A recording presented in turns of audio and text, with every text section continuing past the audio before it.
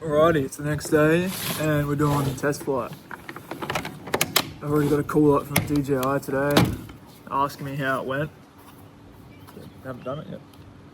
And then that was the report, so, because I hadn't done it, I just need to let them know if anything goes wrong, so this is going to be exciting. I feel like I should be doing it in an open field or something, but I trust that it's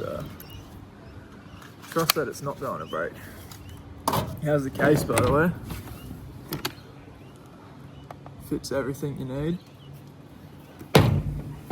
That fits the charger as well. Micro SD in.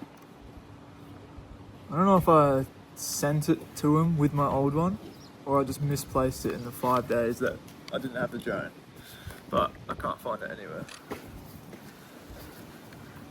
I'm hoping it will show up. So I synced these up yesterday, so they should just work. Hell yeah, it's showing up. Alright, we're good to go then. Alright. Fingers crossed.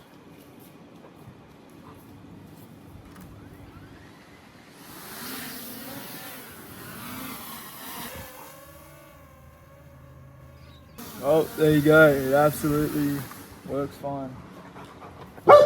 I've already had it back. I did the return to home feature, and then just sent it up again, flew it around, went around in speed mode, everything, sport mode, landed again, nothing on the screen, nothing scary yet. So there you go. If you crash your drone, DJI are pretty good with that.